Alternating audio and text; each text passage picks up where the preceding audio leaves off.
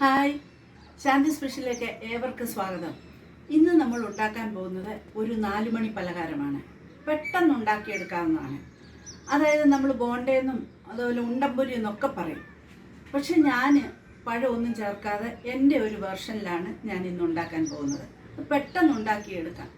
അത് കുറഞ്ഞത് ഒരാഴ്ച കേടാകാതെ ഇരിക്കുകയും ചെയ്യും. അതെങ്ങനെ ഉണ്ടാക്കുന്നതെന്ന് നമുക്ക് നോക്കാം.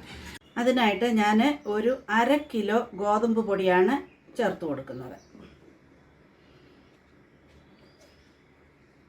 പിന്നെ നമുക്ക് വേണ്ട, ഞാൻ 1/2 കിലോ ഗോതമ്പ് പൊടിക്ക് നമുക്കൊരു 1/4 കിലോ ശർക്കര വേണം. അത് ഏത് ശർക്കര ആയാലും മതി. അത് ഞാൻ എളുപ്പ വഴിയിൽ എങ്ങനെ ഉരുക്കിയെടുക്കാതെ ചെയ്യാമെന്ന് നോക്കാം.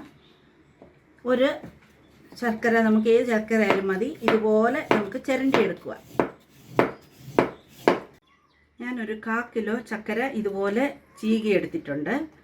അത് നമുക്ക് ഒരു പാത്രത്തിലേക്ക് ഇട്ട് കൊടുക്കാം. ഇതിലേക്ക് നമുക്ക് ഏകദേശം 1.5 കപ്പ് വെള്ളം ഒഴിച്ചു കൊടുക്കാം. വെള്ളത്തിൻ്റെ അളവ് നമുക്ക് ഗോതമ്പ് പൊടി കുഴയ്ക്കുമ്പോഴേ മനസ്സിലാവത്തുള്ളൂ. അതുകൊണ്ട് ആദ്യമേ കുറച്ച് വെള്ളം ഒഴിക്കാം. എന്നിട്ട് നല്ലപോലെ നമുക്ക് കൈ കൊണ്ട് ഇതൊന്ന് ഞെരിടാം.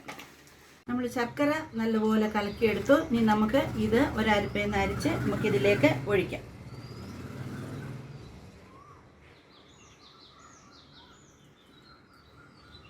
ഇതൊന്ന് കലക്കി കൊടുക്കാം.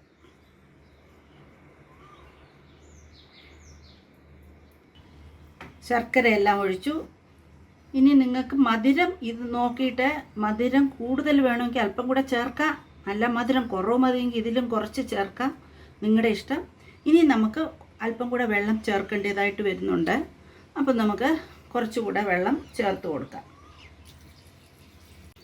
കൈ കൊണ്ട് നമുക്ക് കട്ടയില്ലാതെ നല്ലൊന്ന് കുഴച്ച് കൊടുക്കാം. നമുക്ക് ആവശ്യത്തിന് വെള്ളം ചേർത്ത് കൊടുക്കാം.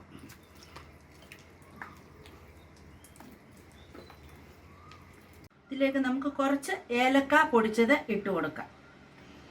അതുപോലെ തന്നെ നമ്മൾ ഉപ്പിട്ടില്ല. ഒരു മധുരം ഒന്ന് ക്രമീകരിക്കാൻ വേണ്ടി അല്പം ഉപ്പിട്ട് കൊടുക്കുന്നത് നല്ലതാണ്. പിന്നെ നമുക്ക് വേണ്ടത് ജീരകം 1 ടീസ്പൂണ് ഇട്ട് കൊടുക്കാം. നമുക്ക് നല്ലപോലെ ഒന്ന് മിക്സ് ചെയ്യാം. കൂട്ടത്തിൽ ഒരു പിഞ്ച് സോഡാപ്പൊടി ചേർത്ത് കൊടുക്കാം. അത് നല്ലപോലെ നമുക്കൊന്ന് മിക്സ് ചെയ്യണം. എന്നിട്ട് ഈ പരുവത്തിൽ വേണം നമുക്ക് നമ്മുടെ ഇതുപോലെ എടുക്കുമ്പോൾ ഇങ്ങനെ വീഴണം. അതാണ് നമ്മുടെ പരുവ്. അങ്ങനെ നമ്മുടെ മാവ് റെഡിയായി. പക്ഷെ ഞാൻ അതിനകത്ത് ഇച്ചിരി തേങ്ങാക്കൊത്ത് കൂടെ ഇടണമെന്ന് വിചാരിക്കുന്നു. അല്പം തേങ്ങാക്കൊത്ത് നമുക്കതുപോലെ ഇടാം. അതുപോലെ തന്നെ ഇത് വറുത്തും ഇടാം. ഇച്ചിരി നെയ്ക്കകത്ത് വറുത്തിട്ടാൽ വളരെ ടേസ്റ്റി ആയിരിക്കും. ഇങ്ങനെ പച്ചയായിട്ട് ഇടുന്നതും കുഴപ്പമില്ല. ഞാനിത് അല്പം നെയ്യിൽ വറുത്താണ് ഇടാൻ പോകുന്നത്. അതിലേക്ക് ഇട്ട്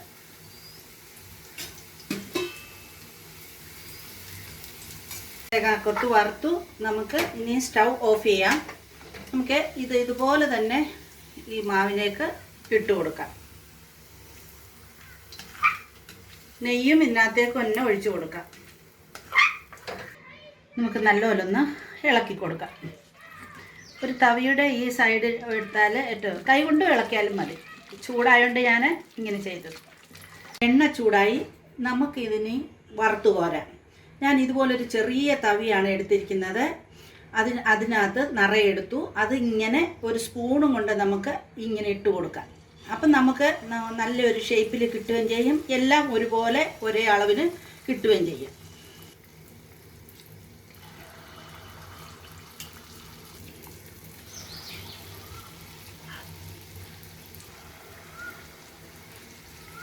നമ്മൾ മാവ് എണ്ണയിലോട്ട് ഒഴിക്കുമ്പോൾ നമ്മുടെ സ്റ്റൗവിൻ്റെ തീയ ഫുള്ളിലായിരിക്കണം. അത് ഇതുപോലെ മറുവശം തിരിച്ചിടുമ്പോൾ അന്നേരവും നമുക്ക് അത് ഫുൾ തീയിലായിരിക്കണം. മറിച്ചിട്ട് കഴിഞ്ഞതിന് ശേഷം നമുക്ക് അത് മീഡിയം ഫ്ലെയിമിലേക്ക് മാറ്റണം. അല്ലെന്നുണ്ടെങ്കിൽ നമുക്ക് അകത്ത് വെന്ത് കിട്ടത്തില്ല.